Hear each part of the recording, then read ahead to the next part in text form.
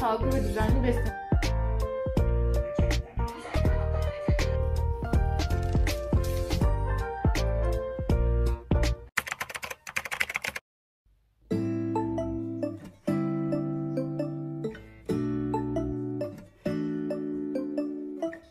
Yapıyor muyuz bunu?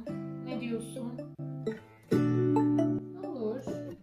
Yani bir deneyelim. Bazı kıyafetlerim geçenlerde bana vücudumun limitlerini çok aştığını söyledi ve artık buna dayanamayacaklarmış. O yüzden biz de ufak bir toplantı yaptık. Ben, vücudum ve tartı, görüyorsunuz. Acaba bu işi yürütebilir miyiz? Bu krizi çözebilir miyiz diye. Ve karar verdik, deneyeceğiz. Özellikle işler daha da fazla büyümeden. Çünkü benim bir özelliğim var. Kontrolden çıktığı zaman artık buradan geri dönmez ya falan deyip demoralize oluyorum ve sonuç olarak hiçbir şey yapmıyorum. O yüzden daha hafif yolun başındayken galiba 1-2 step limitleri zorluyorum. Belki bir şeyleri halledebilirim diye düşündüm. Aslında bu özgüvensizlik ne ya? Gerçekten vücuduma kimin burada patronunç olduğunu hatırlatmamın vakti geldi bence. Ve bunu kesinlikle yapacağım. Dedikten sonra hatırlıyorum ki ben aslında o kadar da kararlı bir insan değilim. O yüzden de video çekmeye karar verdim. Çünkü eğer video çekmezsem, beni orada izleyen siz olmazsanız çok çabuk vazgeçebilirim. Mesela bir öğün 2 öğün yerim, sonra derim ki yeter ya ve tatlı bir şeyler açarken kendimi bulacağım. Buna eminim. O yüzden de bunu yapmamak için video çekmeye de karar verdim tabii ki. Bu arada diyetin sonunda ödüllerim olacak. Yani mesela patates cipsi asla vazgeçemeyeceğim bir şey. Hani böyle her şeyden tamamen vazgeçmek değil, kısa süreli bir diyet ama sonuç olarak bunun hepsinin sonucunda ödül yiyeceklerim mutlaka benim olmalı. Yoksa neden geldik dünyaya? Yani ben gerçekten dünyayı yemek için geldiğimizi düşünüyorum ve hayat, yani yaşam amacımı kaybedebilirim. Neyse, biraz sağlıklı yaşayayım, sonra tekrar o patates chipsleri ve tatlılarla ilgili başka bir toplantı yapabiliriz diye düşünüyorum. Şimdi tartıya çıkacağım. Uzun zamandan beri tartılmıyorum çünkü pili bitmişti. Ve ben de gayet mutluydum, huzurluydum. Ama işte dediğim gibi bazı kıyafetlerim bana bunları söyleyince tamam ya, şu tartı artık bir pil alalım dedik ve o da emeklilikten geri döndü yani. Bakalım şimdi bana ne söyleyecek. Of, yani biraz stresliyim. Belki de hiç öyle umduğum gibi bir şey çıkmayacak. O kadar kötü şeyler yiyorum ki vücudun belirli bölgelerinde toplanıyorlar. Özellikle basenlerimi sana söylüyorum. Çok canımı sıkıyorsun. Neyse, sakin.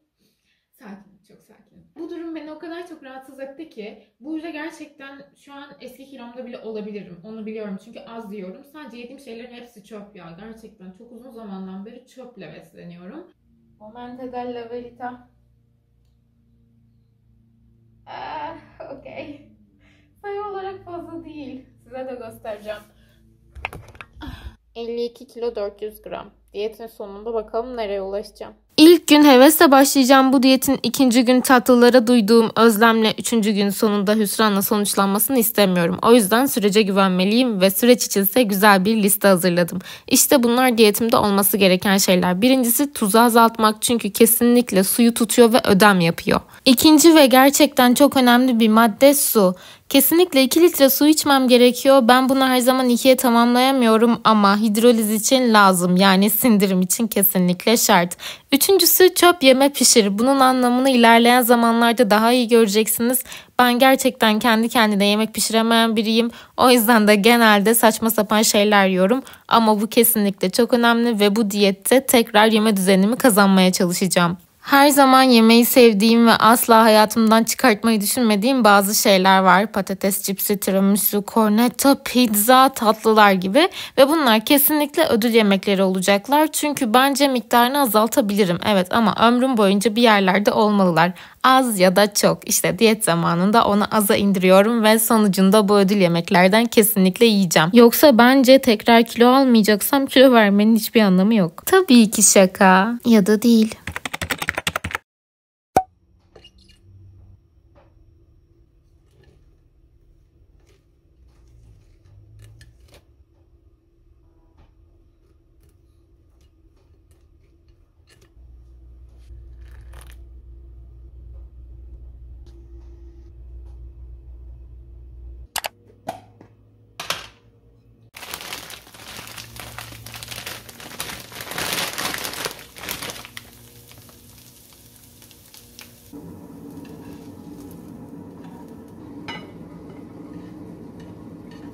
Çok az bir tavuk kızartıyorum şimdi. Onun üzerine soya sosu ekleyeceğim.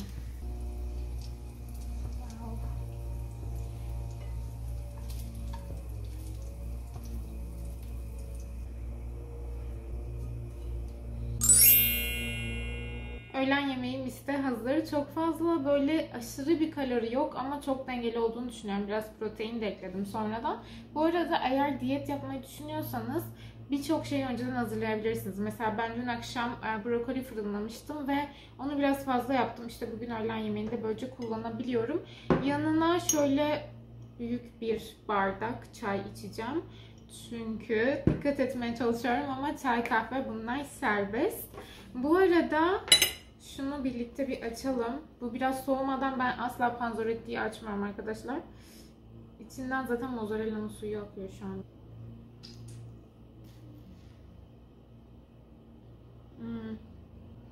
Panzerotti'yi çok seviyorum ya. İçindeki krema kıvamında böyle mozzarella, domates sosu karışımı gerçekten çok harika. Burada tavuk falan olduğu için böyle güzel gider diye düşündüm. Çünkü ekmek yemek istemiyorum. Bu biraz kalorili. Ama yani şu tabakta bir tek bu sorun. Eğer şu anda video çekmeseydim kesinlikle bence öğlen yemeği hazırlamazdım bu arada. Yani yapsam mı falan diye düşünürdüm ve üşendiğim için en son bir kahve ve yanına tatlı bir şeylerle biterdi bence bu menü. Video çekmenin kesinlikle iyi yanı bu. Mecburen sağlıklı ve düzenli beslenip hem kendi diyetimi bir düzene sokabilirim diye düşündüm. Hem de şu fazla kilolardan biraz kurtulurum diye. Sabah saat 7'deydi kahvaltım. Ve gerçekten şu saate kadar çok zor bekledim. Şu an 12.30. Yani bir saat öncesinden midem gurulamaya başlamıştı işin açıkçası ama dedim ki direnebilirsin yani. Şu saat 12'yi bir geçir ondan sonra yemek ye. Şu an tıka basa doydum ve gerçekten sağlıklı yediğim için de iyi hissediyorum. Pişmanlık falan yok yani. Ve bu duyguyu özlemişim. Genelde bu duygu bana sadece akşam yemeklerinde geliyor. Çünkü akşamlara dikkat ediyorum. Hani akşam yiyoruz ve yatıyoruz diye. Ben bir şeylere başlarken zorlanıyorum ama eğer böyle devam ediyorsam sonrasında ondan aldığım böyle haz beni daha çok böyle hani ona itiyor diyebilirim. O yüzden galiba bu diyete devam etmek çok zor olmayacak. Tek zor olan işte böyle ne yiyeceğimi böyle düşünürken hani onu pişirmek falan bunlara tek olduğumda üşendiğim bir gerçek. Yani tek başına yemek yemek yani atıştırmanın dışında hani atıştırıyorum ama yemek yemek benim için çok zor bir şey. Yani bu video aslında hem bir diyet videosu olacak bakalım sonunda kaç kiloya ulaşacağız. Hem de bir yandan tek başıma olduğum zaman ki yeme düzenimi tekrar kazanmaya çalışmamın videosu olacak diyebilirim. Çünkü gerçekten benim gibi olan var mı aranızda bilmiyorum ama bu beni çok zorluyor. Sadece atıştırmak istiyorum, öğün yemek istemiyorum. Böyle olduğu için de yani ne bir öğlen yemeği oluyor ve hani öğlen yemeğinin olmayışı beni böyle öğleden sonra bir şeyler atıştırmaya da itiyor ve gerçekten sonuç olarak az önce de bahsettiğim gibi elimde bir bardak kahve ya da çay ama yanında böyle tatlı bir şeyler ve gerçekten çöp diyebileceğim yiyecekler. Hani özellikle o saatlerde sabah belki yapsam o kadar değil ama o yüzden buna belki dikkat edebilirim diye düşündüm video sayesinde.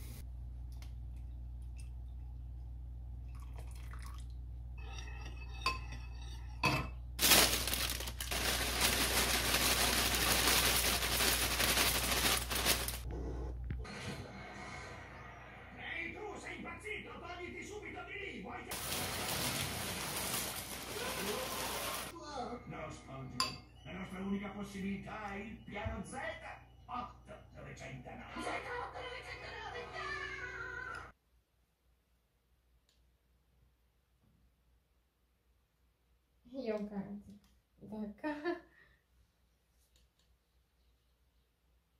Wow. zaman beklemiyorsun değil mi? Bir dakika ya. Kaç kere çıktım tartının üzerine? Oha. 51.6. Şu an üzerimde de aynı şeyler var. Wow. Şimdi size göstereceğim. Videoyu açıp yere bıraktım ki telefonu hani hesaplamasın. 51.6'yım arkadaşlar. Ve üzerimde aynı şeyler var. Şu ceket vardı diye dün tartılırken bu ceketi tekrar giydim. Üzerimdeki şeylerin hepsi aynı. Yani pijamayla tartılmadım özellikle. Skincare'ı banyoda yapacak halim yoktu. Enerjim çok düşük ama birazdan ciddi bir öğün yiyeceğim için atıştırmamaya çalışıyorum. Ve becerdim gibi. Yani bir yarım saate çünkü öğün vaktim. Heyecanlıyım. Hiç bu kadar heyecanlı olmamıştım. Bilmiyorum ya, çok zorlanıyorum bugün. Ve hani böyle canım şey istedi. Böyle evde muffinlerden var. Dörtlü. Marketten almıştım geçen. Neden aldım? Evde olduğu zaman işte aklımdalar sürekli. Ve hani onu yemek istiyorum. Sürekli aklımda o var. Dayandım. Yani kendine gel İpek. İşte onun yerine 3 tane cranberries, 3-4 tane cranberries ağzıma attım. Çünkü gerçekten dayanamayacak gibi oldum bir ara. Karnımın gurultusunu duyuyorum evin içinde, öyle bir şey. O kadar da hani oldu mu diyeceksiniz de oldu. Neden biliyor musunuz? Çünkü o Kellogg's beni hiç tutmuyor arkadaşlar. Yani o Kellogg's'la sadece kahvaltı normalde yaptığımda, eğer yani yaptıysam o gün, biliyorum ki akşama böyle çok kallavi bir masa hazırlayacağım. O yüzden de Kellogg's'la kahvaltı yapabiliyorum. O cumartesi pazar günlerine falan denk geliyor genelde. Çünkü Fabio evdeyken mesela işte öğlen ya böyle bir makarna böyle fırında mozzarellalı parmesanlı çok hani kalorili bir şey, ya işte böyle patates tava falan tarzı bir şey. O zaman tabii ki sabah kahvaltılarıma hafif olsun diye Kellogg's yiyorum ama normalimde yok yani. Mesela bugünümde yoktu kesinlikle.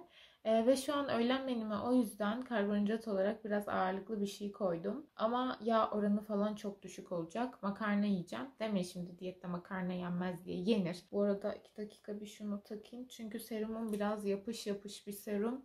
Ve saçımın önüne yapışıyor. Yapıştığı gibi de beni çok rahatsız ediyor. Şöyle bir takalım. Şimdi bu serumu kullanacağım. Tonik çünkü bayağı bir emdi yüzüm. Bu Franklin'in Closer serumu, peptitli falan, bayağı güzel bir şey. Bir aydan beri kullanıyorum. Bazen ara vererek ama bayağı bir rutinime ekledim yani arkadaşlar. Bu biraz gözenek kapatıcı falan olduğu için benim cildimde çok gözenekli, bayağı işe yaradığını düşünüyorum. Yiyeceğim şeyden bahsediyordum. Makarna sosumu yoğurtlu yapacağım. Böyle sarımsaklı yoğurtlu. O yüzden de kesinlikle ve kesinlikle kalorisi düşük olacak. Üzerinde kıyma olacak. İşte bir tek kıymayı pişirirken dün tabii ki yağ kullanmıştım. Zeytinyağı. Bir tek o var yani, başka bir sıkıntı yok. Resmen kendimi cilt bakımıyla oyaladım. Bence iyi de yaptım. Şimdi aşağı inip makarnamı hazırlayacağım artık.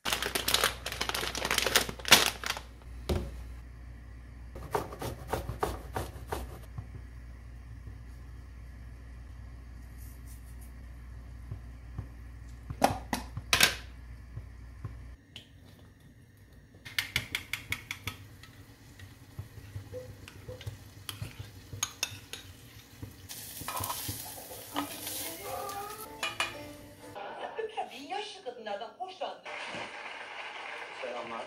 Sen bulunduğun yerde kal, biz hemen seni girip alıyoruz. Sana son 10 yıldır ne söyleyip duruyorum? Başroldeki aktörle arama yapıver.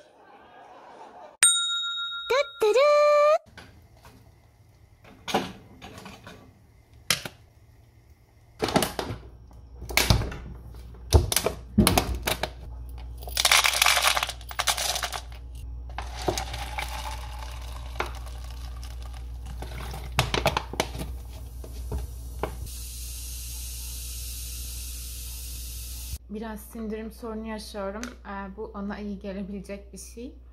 Bunu İtalya'ya ilk taşındığımda öğrenmiştim. Çünkü ülke değiştirdiğinizde, yeme düzeninizi değiştirdiğinizde bu tarz şeylere ihtiyacınız oluyor. Ve ara ara hala içiyorum. Eğer sindirimde sıkıntı yaşarsam sizin de aklınızda olsun. Eğer İtalya'da yaşayan Türk varsa aranızda belki zaten biliyorsunuzdur.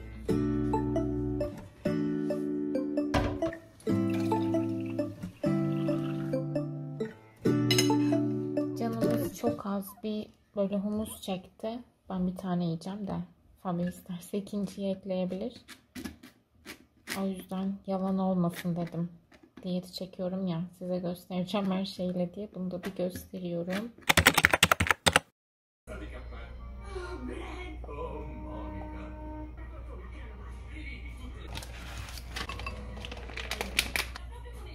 Bugün kahvaltıda yulaf ezmesi var ve böyle yarım muz koydum, kayısı falan. Şu an balsız deneyeceğim. Yiyebilirsem balsız yemek istiyorum ama belki de eklerim sonradan. Çünkü acaba acayip mi tatsız olur?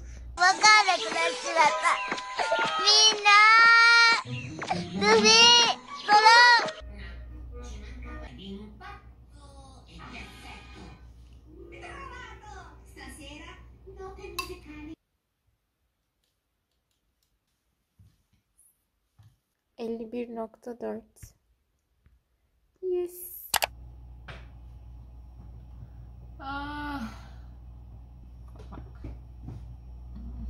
Yumurta diyet yapanların dostu, ben bunu çok iyi biliyorum ama tek başına yumurta yiyemiyorum. Bana kokuyor. O yüzden aslında şu an alternatif olarak patatesli omlet var ki çok lezzetli olur. Ama sadece ve sadece diyet yaptığım için bunun daha tatsız tuzsuz olan versiyonunu ve daha düşük kalorili olan versiyonunu yapacağız. O da kabaklı bir krep. Yani krepte yumurta yemenin başka bir yolu sonuçta. Ya seviyorum aslında, onu da seviyorum ama hani bir patates omlet değil. Ama direniyorum artık ya. Gerçekten çok zordayım ama direniyorum.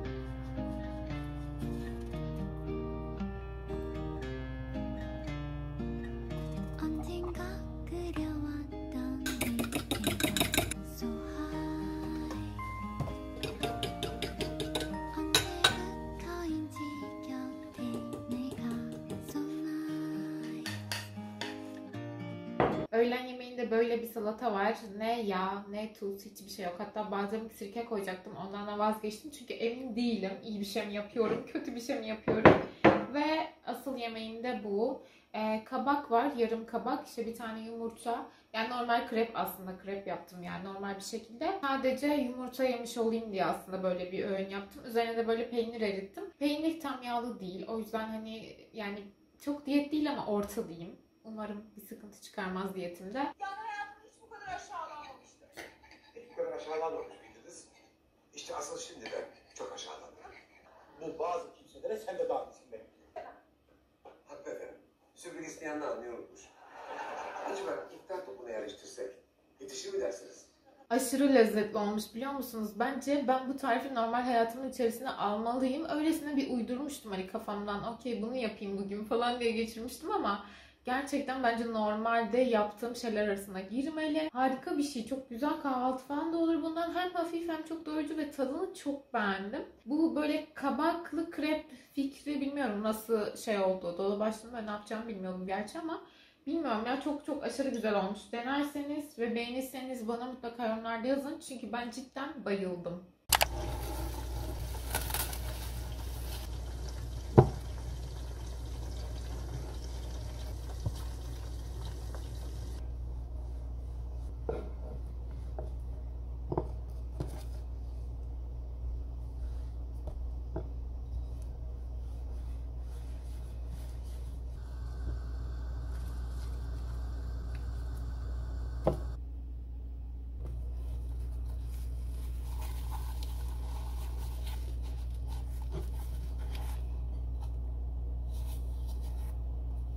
Üç günlük diyetimin sonuna geldik. Sonuç olarak bilançoya bir bakmak istiyorum. 52.400 gramdan 51.400 grama düştüm. 1 kilo. Kendimi tebrik ediyorum gerçekten. Ve bu beni çok mutlu etti.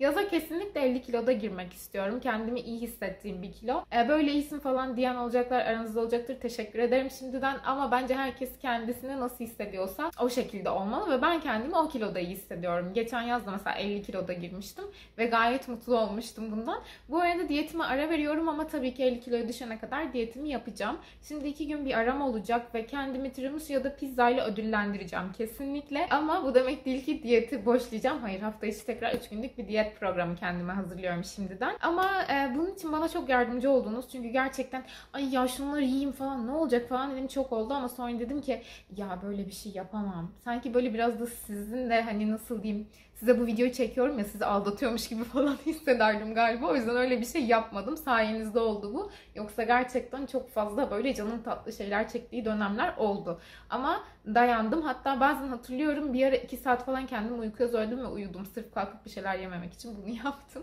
Bu arada ben, fark etmişsinizdir, hep kahvaltılardan sonra tartıldım. Çünkü ben istediğim kiloya açken değil tokken gelmek istiyorum. Yani 50 kilo gördüğümde ben aç olmamalıyım diye düşünüyorum. Çünkü asla ve asla açlıkla sınanmak istemiyorum. O yüzden de hani kendimi aç bırakarak bir 50 kilo değil de tok olduğumda. Bu da demek oluyor ki normalde 49-300, 49-400 falan olmam gerekiyor.